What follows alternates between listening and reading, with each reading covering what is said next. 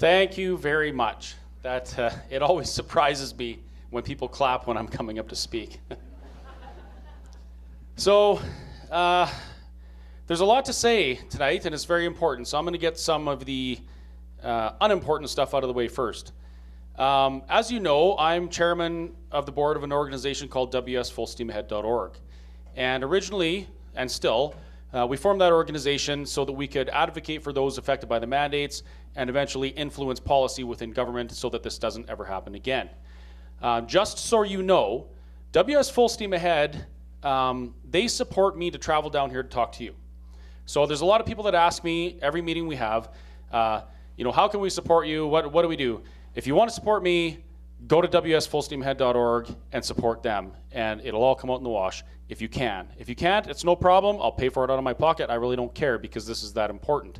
As a matter of fact, this time, that fellow with the shiny head back there, my good friend Kevin, he actually flew me down here with my son because I had to pick up my son today in Fullair, and Fullair is a long ways from Blackie, Alberta. So the only way to get here was to fly. So thank you very much for Kevin for dropping everything and flying me down here.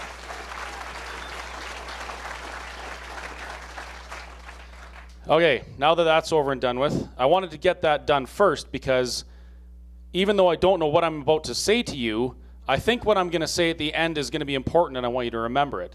So I wanted this to be first. We are at a very, very important crossroads in this province and in this country. I recently held a small conference with representatives from different political parties, different political organizations, different members of industry, and my main message was, we do not have time to swing and to miss in 2023.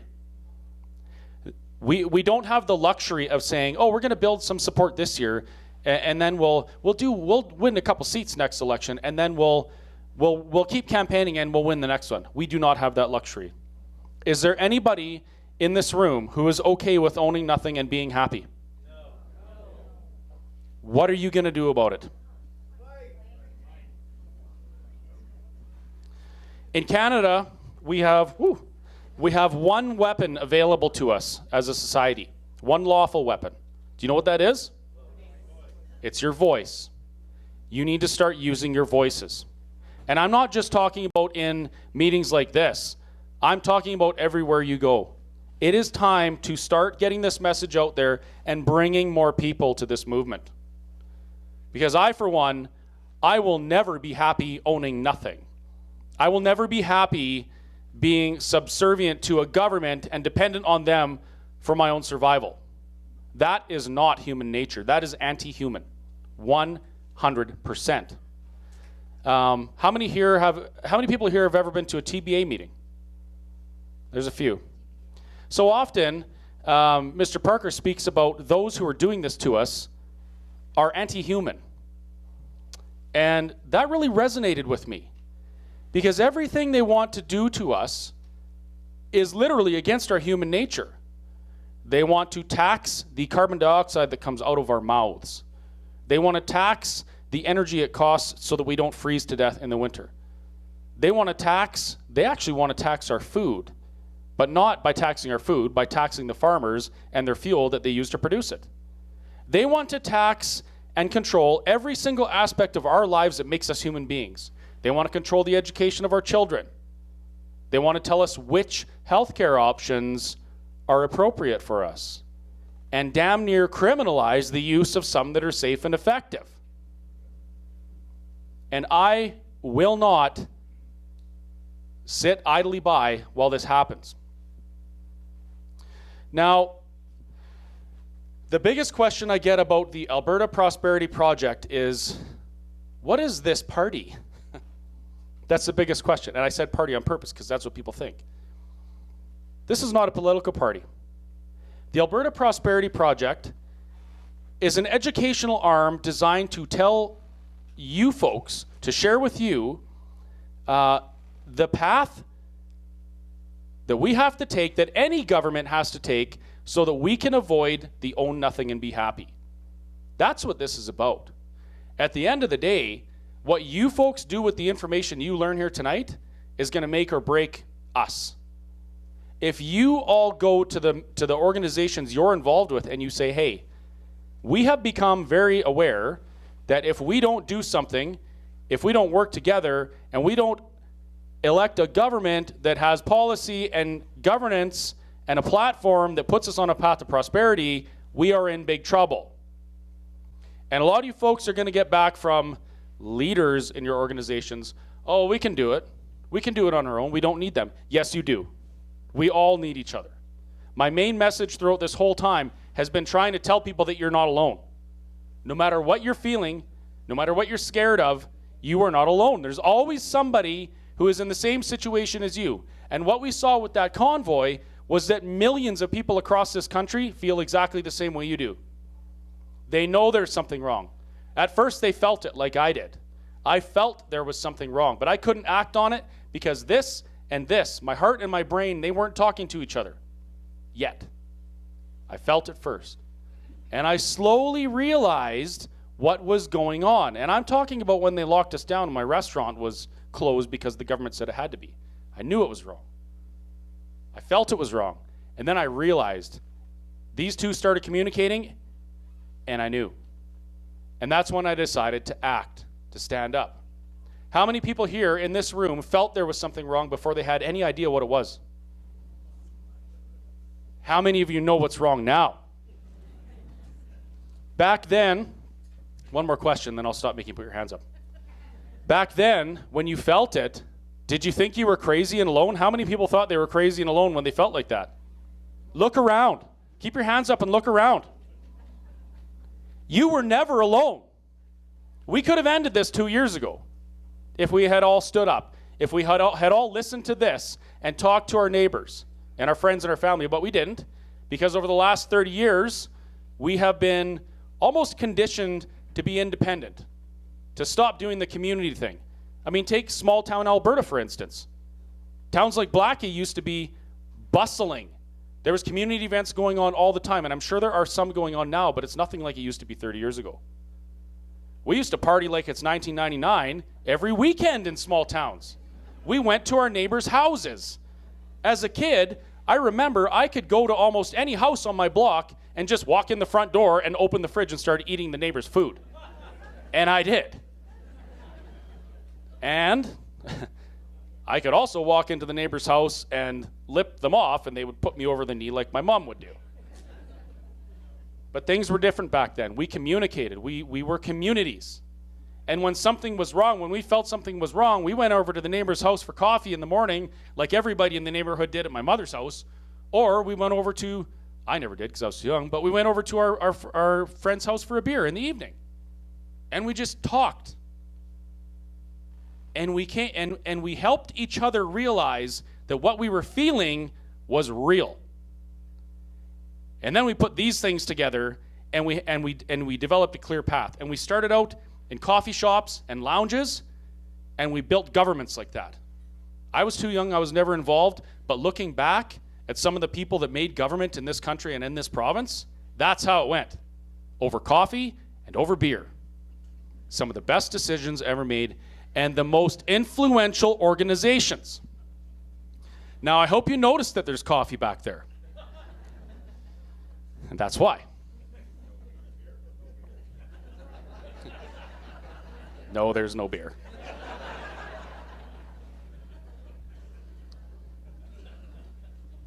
So anyway, what am I blabbering on about?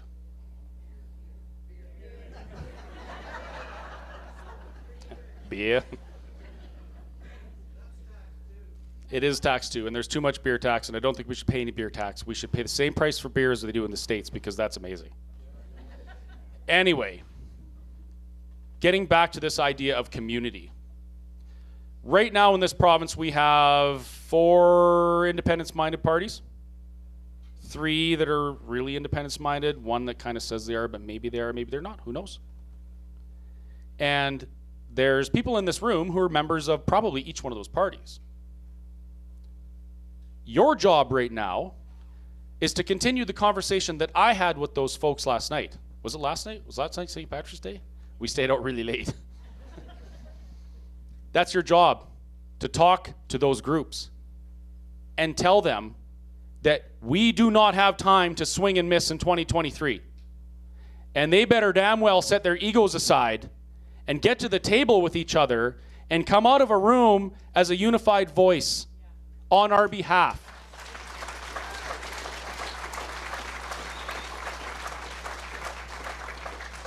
And those groups and organizations you're part of, they have some absolutely wonderful, amazing, hardworking, dedicated people there.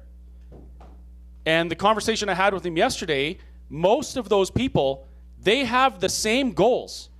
They have the same ideals. They want to cross the same finish line. There's just these tiny little, almost insignificant pieces of information that are a little bit different from group to group. But that's what conservatives do, right? We agree on 95% of things, and then that pesky 5% pops up. We eat our own, and we leave, and we start something new because we're independence-minded. We want to be independent. They don't want to do it our way. We're going to do it on our own. On our own will not work in 2023. I guarantee you that right now.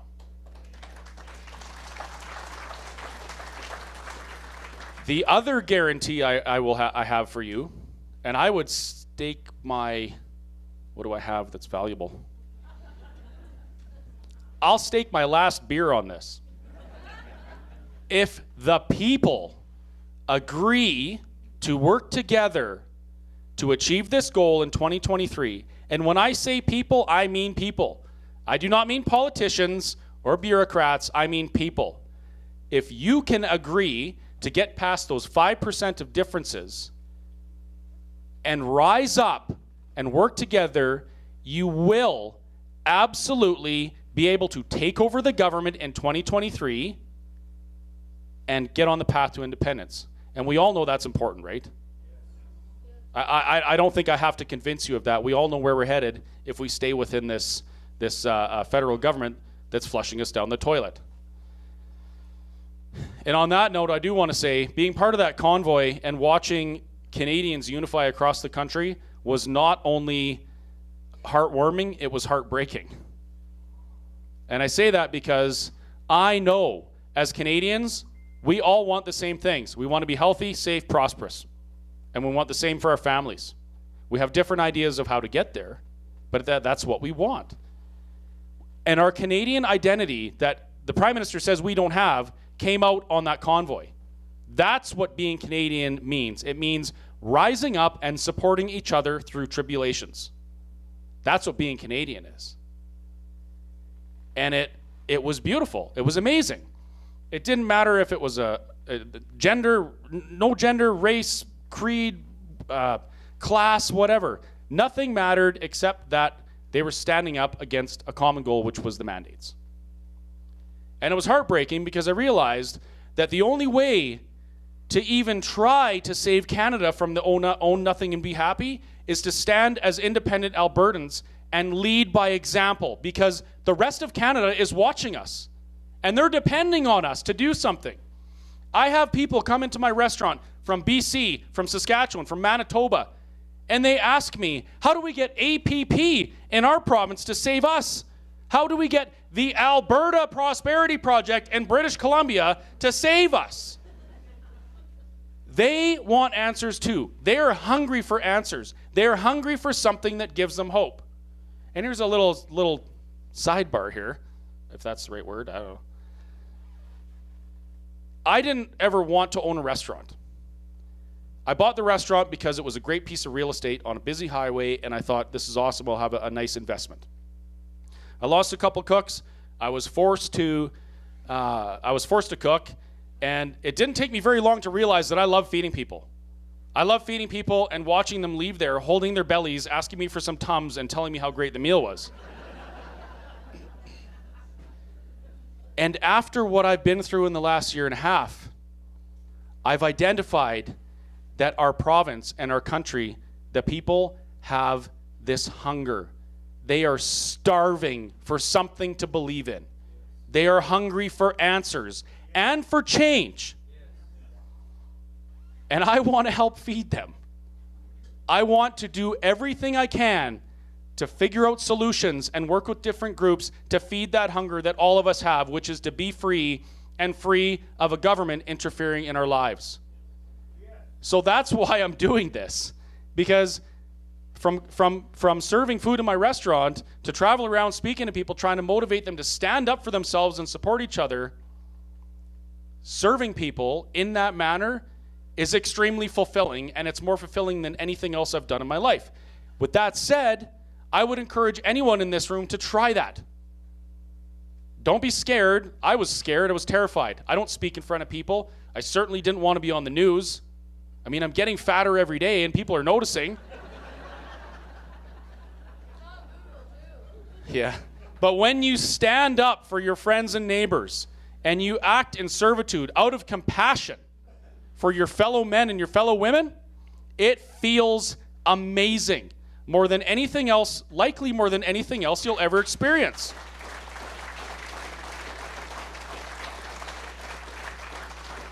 And that's what made Ottawa so amazing, because everybody was doing that for each other. They identified a need. Oh, you need socks? Next thing you know, there's tents popped up, and there's socks and underwear and strollers and beef jerky and kids' toys all set up there. Take what you need. We'll take care of you. You're our family. That's what it was. It was people serving people and working towards a common goal. And now it's time to remind these parties and these organizations that they serve us. Our government serves us. And they are about to get a very rude awakening what happens when the servants don't serve the masters that hired them.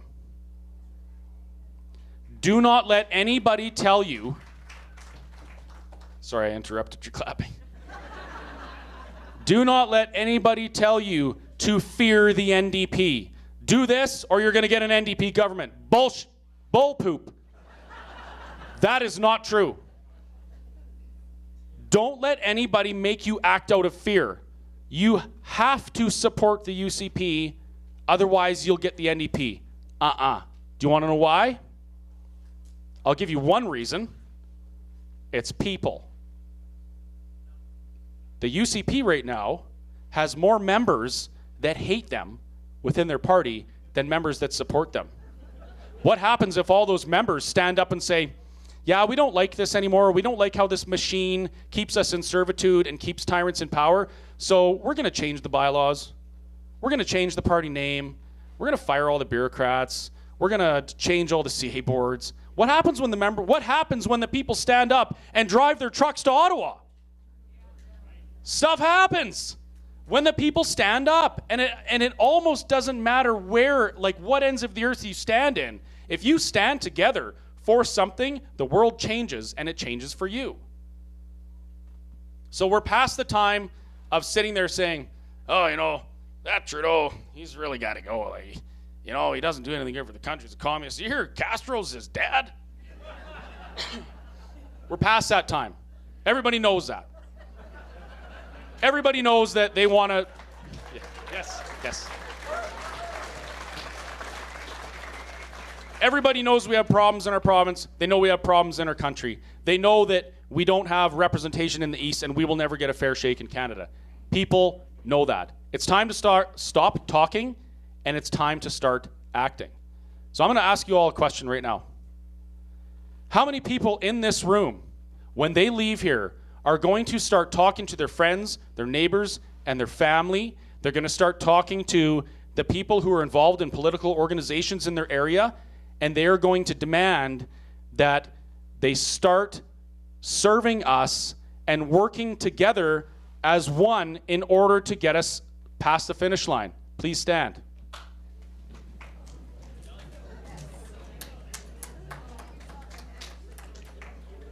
Now give yourselves a hand.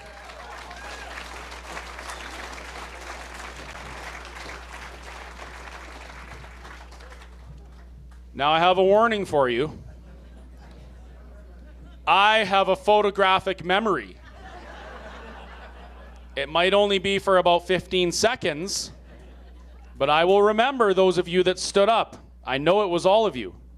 And I expect you, if not, don't do it for me, do it for yourselves and your own families and your children above all. Follow through with what you just said you would do. Do not fear the NDP. Do not fear the UCP. Don't fear any political organization, because the people have all the power. We always did. We are the masters of those servants, and it's time to lay a licking on them.